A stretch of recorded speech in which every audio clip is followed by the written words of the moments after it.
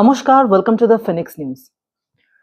যে লজ্জাজনক ঘটনা আমাদের রাজ্যে ঘটে গেল সম্প্রতি, অবশ্য লজ্জাজনক ঘটনা বলতে আপনাদের একের পর এক অনেক কিছু মনে হতে পারে। পরপর অনেক লজ্জাজনক ঘটনাই ঘটে যাচ্ছে রাজ্যে, আমাদের কিচ্ছু করার থাকছে না, আমরা কিছু করতে পারছি না, কার্যত আমাদের হাত পা বাঁধা এমন অবস্থার মধ্যে পড়ে থাকতে হচ্ছে। কিন্তু শনিবার যে লজ্জাজনক ঘটনাটি আমাদের রাজ্যে ঘটে গেল, তার নিন্দার কোনো ভাষা খুঁজে পাওয়া যাচ্ছে না। তার কারণ, দেশের রাষ্ট্রপতিকে এমন ভাবে অপমানিত বোধহয় এই দেশের অন্য কোনো প্রান্তে গিয়ে হতে হয়নি। এবং সেই ক্ষোভটা রাষ্ট্রপতির সুনির্বাচিত শব্দের মধ্যেও কিন্তু ঝরে ঝরে পড়েছে। অত্যন্ত শালীন মানুষ, অত্যন্ত শিষ্টাচার মেনে চলা একজন মহিলা আমাদের রাষ্ট্রপতি শ্রদ্ধেয়া শ্রীমতী দ্রৌপদী মুর্মু। তো তিনি যে কথাগুলো বলেছেন যথেষ্ট শিষ্টাচার মেনে বলেছেন, কিন্তু তার সেই শিষ্টাচারে মোড়া কথাগুলোর মধ্যেও কিন্তু ক্ষোভ বা দুঃখ ঝরে ঝরে পড়েছে, আমরা সেটা দেখেছি। এবং এই যে ঘটনাটা ঘটে গেল, তার জন্য দায়ী কে তা বুঝতে তো আপনাদের এখনো পর্যন্ত কোনো সমস্যা হওয়ার কথা নয়। যিনি ঘটিয়েছেন, যিনি ঘটাচ্ছেন, বারবার যিনি বিভিন্ন ঘটনা ঘটিয়ে চলেছেন, অর্থাৎ একদিকে রাজ্য এবং অন্যদিকে পার্টি বদল হচ্ছে। মানে কখনো রাজ্য বনাম কেন্দ্র, কখনো রাজ্য বনাম ইলেকশন কমিশন, কখনো রাজ্য বনাম রাজ্যপাল, এবং এবারে একেবারে লেটেস্ট হচ্ছে রাজ্য বনাম রাষ্ট্রপতি। একদিকে কনস্ট্যান্ট রাজ্য, কিন্তু অন্যদিকে বারবার বারবার পার্টি চেঞ্জ হয়ে যাচ্ছে। কখনো কেন্দ্রকে আক্রমণ শানাচ্ছেন, কখনো ইলেকশন কমিশনকে আক্রমণ শানাচ্ছেন, কখনো সুপ্রিম কোর্টের নির্দেশ মানছেন না, কখনো হাইকোর্টের নির্দেশ মানছেন না, কখনো রাজ্যপালকে তর্জন গর্জন করছেন, এবার রাষ্ট্রপতিকে পর্যন্ত ছাড়লেন না।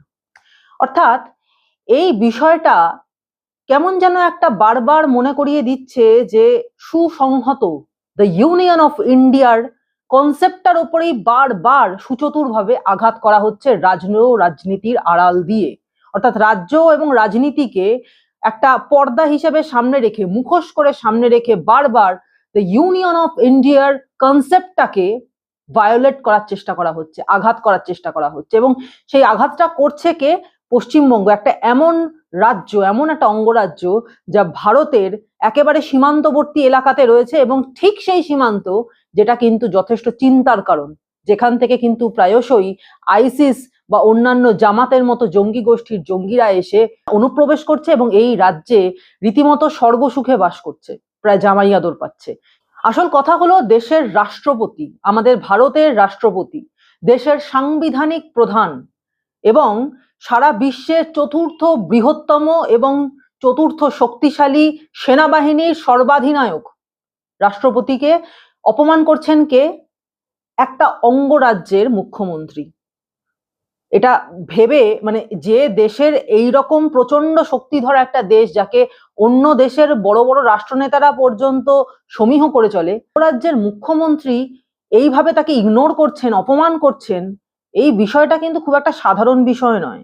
অনেকে বলে থাকেন যে এখানে সিআই এর হাত রয়েছে, সিআই এর টাকা পয়সা চলছে, আমেরিকা নাকি এখানেও টাকা ঢালছে। কিভাবে ঢালছে, কোন জায়গা থেকে ঢালছে, কোন সূত্র ধরে ঢালছে, সেটা তো খুঁজে বের করা ভারতের গোয়েন্দা সংস্থার প্রধান, গোয়েন্দা দপ্তর, আইবি অথবা র, তাদের খুঁজে বের করার কথা। সেটা নিয়ে আমরা বিস্তৃত আলোচনায় যাচ্ছি না, কিন্তু বাইরে মাঝে মধ্যে যে বিষয়টা বেরিয়ে পড়ছে, সেই বিষয়টা দেখে আমরা যারা সাংবাদিকরা বহুদিন ধরে রাজ্য রাজনীতিতে পাক ঘাঁটছি, রাজনীতি এখন আর খুব একটা পবিত্রতার জিনিস নেই, খুব পঙ্কিল, সেই রাজনীতির পাক যারা আমরা ঘাঁটছি, রাজনীতির মধ্যে থেকে, রাজনীতি না করে রাজনীতির অলিগলি অন্ধি সন্ধি চেনার চেষ্টা করছি, তারা এতদিনের যে অভিজ্ঞতা, তার থেকে যেন বুঝতে পারছি যে এটা কিন্তু খুব একটা সহজ বিষয় নয়।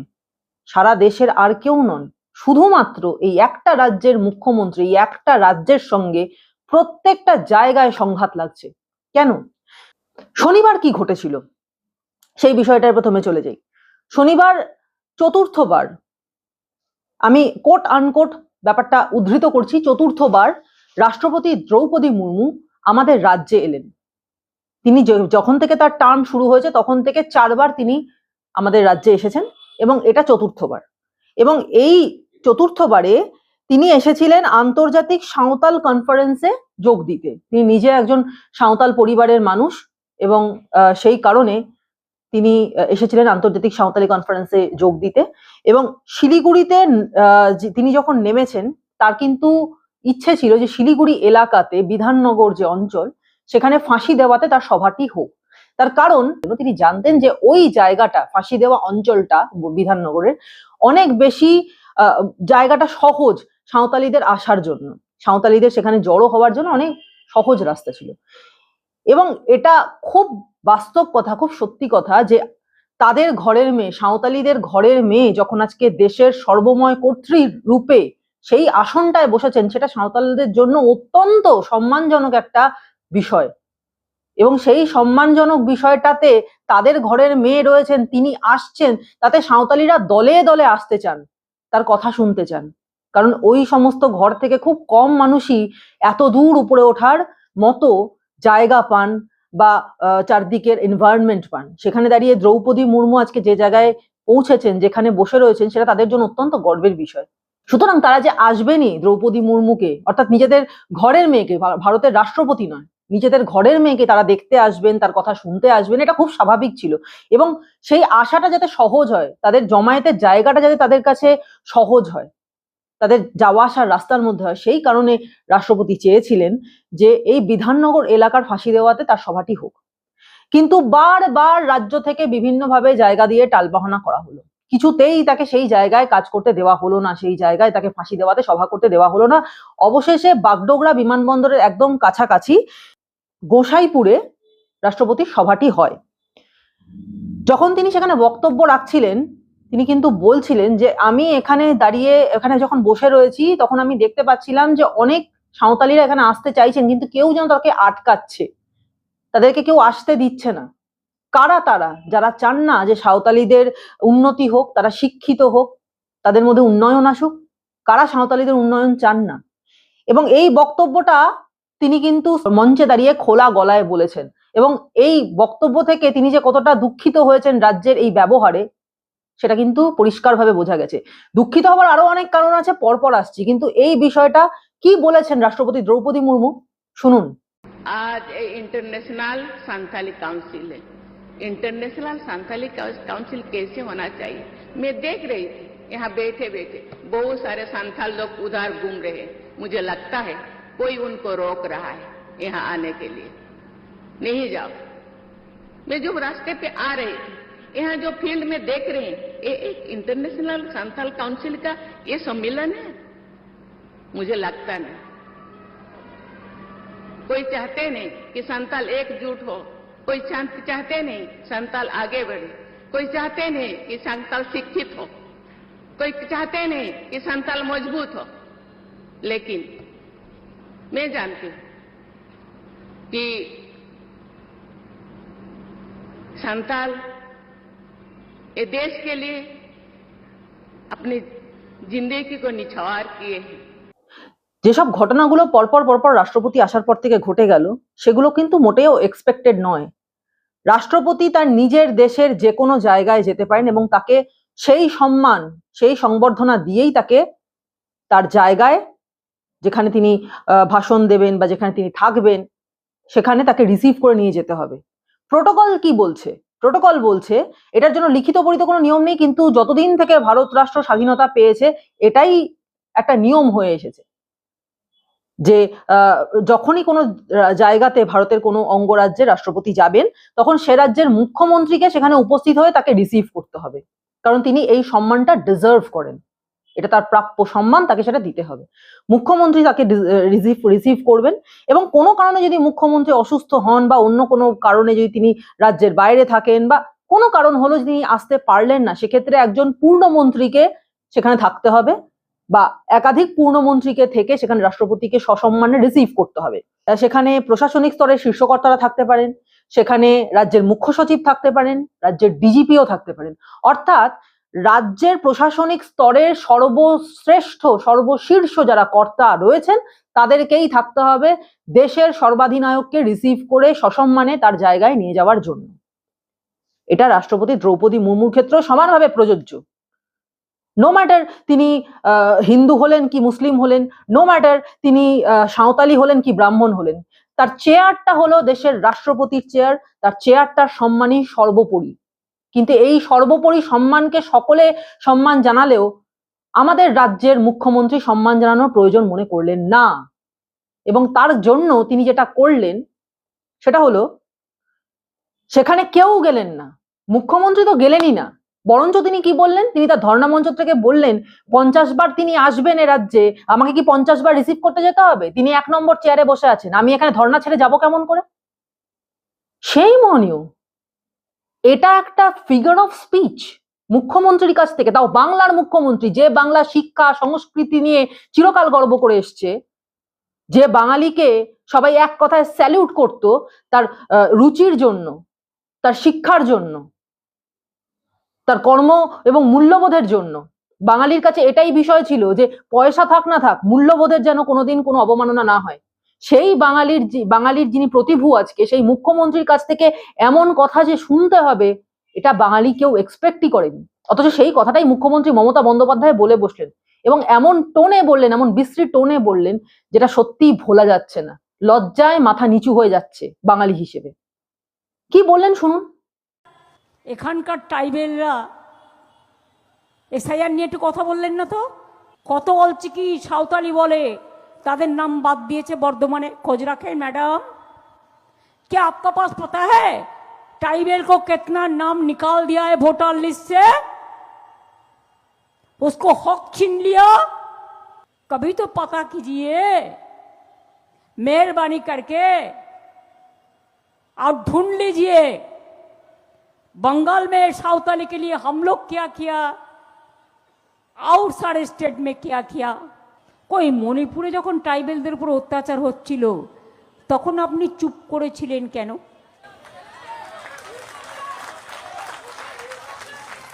তখন কি বিজেপি আপনাকে বারণ করেছিল?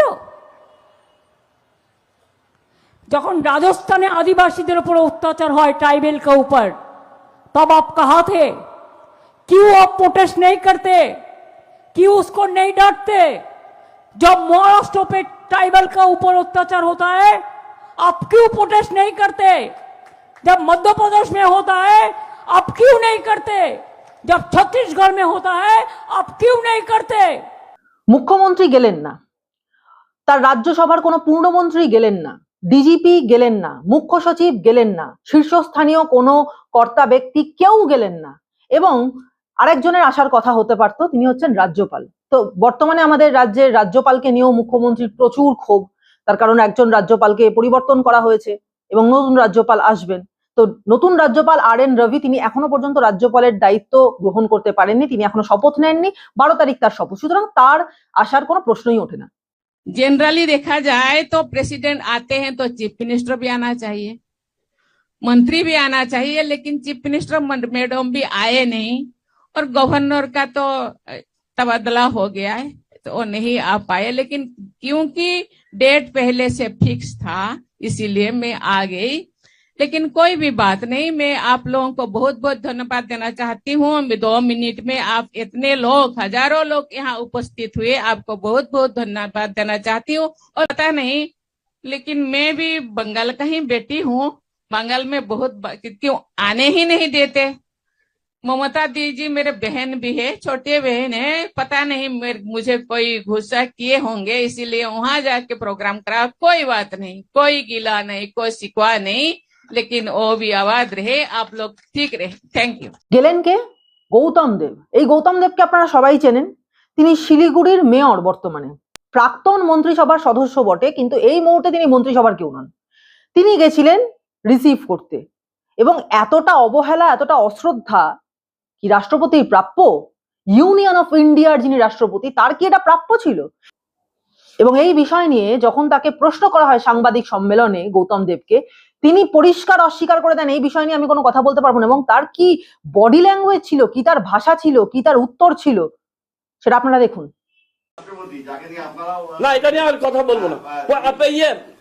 কি বলে প্রসেনজিৎ, আমি তোমার প্রশ্নে কোনো উত্তর দেবো না, আরো বলো। আমি বলবো না, উত্তর দেবো না, আমি উত্তর দেবো না, তোমার প্রশ্নের উত্তর দেবো না। ইতিমধ্যেই কিন্তু রাষ্ট্রপতি এবং মুখ্যমন্ত্রীর চাপানুতোর নিয়ে একটা কোনো বড়সড় পদক্ষেপের পথে কেন্দ্র হাঁটছে, এমন খবর আমাদের কানে এসেছে। এবং এই ঘটনার পরপরই এক্স হ্যান্ডেলে উষ্মা প্রকাশ করে লম্বা পোস্ট লিখেছেন, লম্বা পোস্ট করেছেন প্রধানমন্ত্রী নরেন্দ্র মোদী। এবং এই ঘটনার পর দেশের স্বরাষ্ট্র মন্ত্রকের তরফ থেকে রাজ্যের মুখ্য সচিব নন্দিনী চক্রবর্তীকে কড়া চিঠি দিয়ে এর জন্য শোকজ করেছেন, ঘটনার ব্যাখ্যা চেয়েছেন কেন্দ্রীয় স্বরাষ্ট্র সচিব গোবিন্দ মোহন। এবং এই ঘটনা যে সত্যি নিন্দনীয়, এই নিন্দনীয় ঘটনাকে গোটা বাংলা যা নিন্দা করছে তা তো করছেই, কিন্তু কেন্দ্রীয় শিক্ষা প্রতিমন্ত্রী বিজেপি নেতা সুকান্ত মজুমদার কি বলছেন শুনুন। রাষ্ট্রপতিকে, বিশেষ করে একজন আদিবাসী মহিলা রাষ্ট্রপতিকে মমতা বন্দ্যোপাধ্যায়ের এই আক্রমণ প্রকাশ করে দিচ্ছে মমতা বন্দ্যোপাধ্যায় কতটা আদিবাসী বিরোধী এবং মহিলা বিরোধী, এবং এটাও প্রমাণ করছে তার সাথে মমতা বন্দ্যোপাধ্যায় তার মস্তিষ্কে স্থিরতা হারাচ্ছে। কোনো কারণে তার মনের ভেতরে বা তার মাথার ভেতরে সময়টা ভালো যাচ্ছে না, মাথাটা ঠিক নেই, ব্যালেন্স হারাচ্ছে বলছেন এবং আপনি ভয় আছে। আপনি এগুলো বলবেন না, আপনি রাষ্ট্রপতি, আপনার এগুলো বলার স্বভাব হয় না। রাষ্ট্রপতি কি বলেছেন সেটা আমরা সবাই দেখেছি, আর মমতা বন্দ্যোপাধ্যায় কি বলেছেন দুটোকে পাশাপাশি দাঁড় করিয়ে রাখুন, তাহলেই বুঝতে পারবেন কে দায়ী। সংবিধানের এখতিয়ারের মধ্যে বলেছে আর কে সংবিধানের বাইরে গিয়ে বলেছে। ভারতবর্ষের মতো রাষ্ট্র বলে হয়তো মমতা বন্দ্যোপাধ্যায় বেঁচে যাচ্ছে, অন্য দেশ হলে এতক্ষণ জেলের ভেতরে থাকে। রাজ্য সভাপতি শ্রমিক ভট্টাচার্য এ বিষয়ে যথেষ্ট এই ঘটনাকে যথেষ্ট নিন্দা করেছেন এবং কি বিবৃতি দিয়েছেন শুনুন। আজকের দিন পশ্চিমবঙ্গের ইতিহাসের একটি কালো দিন। যে আচরণ আজকে তৃণমূল কংগ্রেস এবং তৃণমূল কংগ্রেসের সরকার মহামহিম রাষ্ট্রপতির সঙ্গে করলেন, যেভাবে আদিবাসী সম্প্রদায়কে অপমানিত করা হলো, তা অত্যন্ত ঘৃণার, অত্যন্ত উদ্বেগে সারা পশ্চিমবঙ্গের মানুষ, সারা দেশের মানুষ তৃণমূলের এই ঘৃণ্য আচরণের বিরুদ্ধে রুখে দাঁড়ায়, প্রতিবাদ করে। এই ঘটনা প্রমাণ করে দিল যে এ রাজ্যে কোনো সংবিধান নেই। এখানে শুধু সাংবিধানিক সংকট নয়, এখানে গোটা সাংবিধানিক ব্যবস্থাটাই ভেঙে পড়েছে। মানুষকে চিন্তা করতে হবে, যারা সংবিধানের রক্ষাকর্তা, যারা সংবিধানের ব্যাখ্যাকর্তা, আজকে তাদের সময় এসেছে নতুন চিন্তা করা। সর্বোপরি এটাই বলার যে আমাদের লজ্জা রাখার জায়গা নেই। আমার এই ভিডিও যদি কোনোদিন কোনোভাবে দেশের রাষ্ট্রপতির কাছে পৌঁছয়, জানি পৌঁছবে না, কিন্তু তাহলেও আমি তার কাছে মাথা নত করে ক্ষমা চাইছি যে বঙ্গভূমিতে এসে তাকে এমন একটা খারাপ অভিজ্ঞতার সম্মুখীন হতে হলো যার জন্য আমরা দায়ী নই। এতদিন আমরা শুনেছি যে সন্তানের অপদার্থতার দায়, অপদার্থতার জন্য মা বাবার মাথা নত হয়, কিন্তু আজকে একজন অভিভাবকের অপদার্থতার জন্য, অসভ্যতার জন্য সন্তানদের মাথা নত হয়ে যাচ্ছে, এমন পরিস্থিতি তৈরি হয়েছে। এবং মুখ্যমন্ত্রীর জন্য বলতে চাই যে রাজনৈতিক কারণে, রাজনৈতিক মঞ্চ থেকে রাজনৈতিক ঈর্ষা বা রাজনৈতিক বিভিন্ন চাপানুতরের জন্য অনেক সময় মুখ্যমন্ত্রী মমতা বন্দ্যোপাধ্যায় তিনি নিজের যে মঞ্চ, রাজনৈতিক মঞ্চ হোক বা সরকারি মঞ্চ হোক, সেখান থেকে বারংবার দেশের প্রধানমন্ত্রী, স্বরাষ্ট্রমন্ত্রী অথবা রাজ্যের বিরোধী দলনেতা তাদের উদ্দেশ্যে অনেক অকথা কুকথা বলেছেন।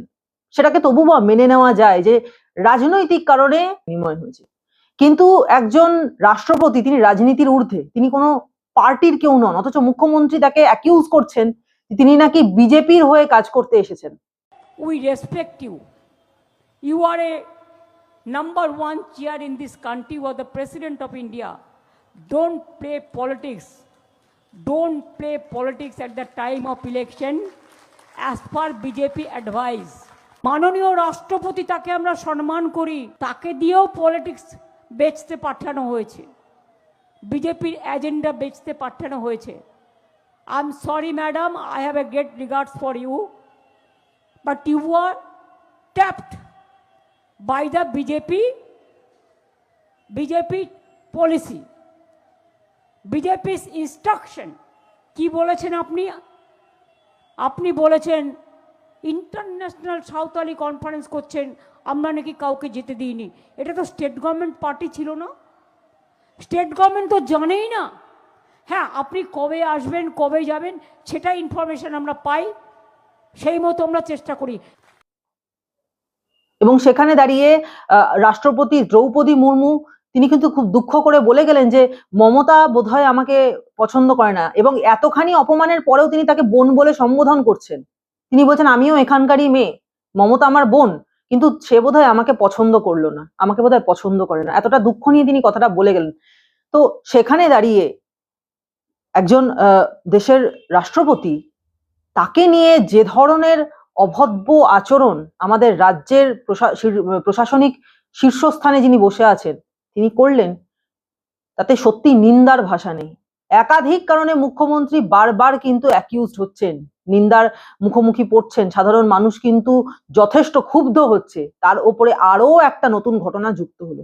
আসলে বিষয়টা হলো বিনাশকালে বিপরীত বুদ্ধি, এই কথাটা কিন্তু আপ্তবাক্য, এবং এই আপ্তবাক্য সবসময় সত্যি হয়।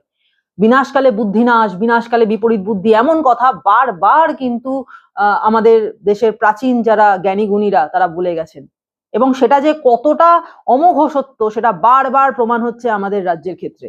কারণ একাধিক ঘটনা ঘটছে এবং সেখানে বারবার সেই এক জায়গাতে কাঠগড়াতে উঠছেন কে? না, মুখ্যমন্ত্রী মমতা বন্দ্যোপাধ্যায়।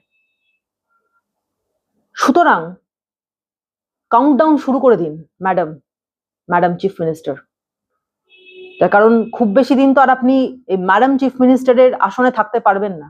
আপনি নিজে একটা প্রশাসনিক আসনে বসে আর একটা প্রশাসনিক আসনের সম্মান করতে যখন জানতে পারলেন না, কিভাবে সম্মানটা করতে হয় সেটা যখন পারলেন না বুঝতে, তখন সাধারণ মানুষও আপনার সম্মান রাখতে পারবে কিনা সেটা নিয়ে তো যথেষ্ট ধন্দ আছে।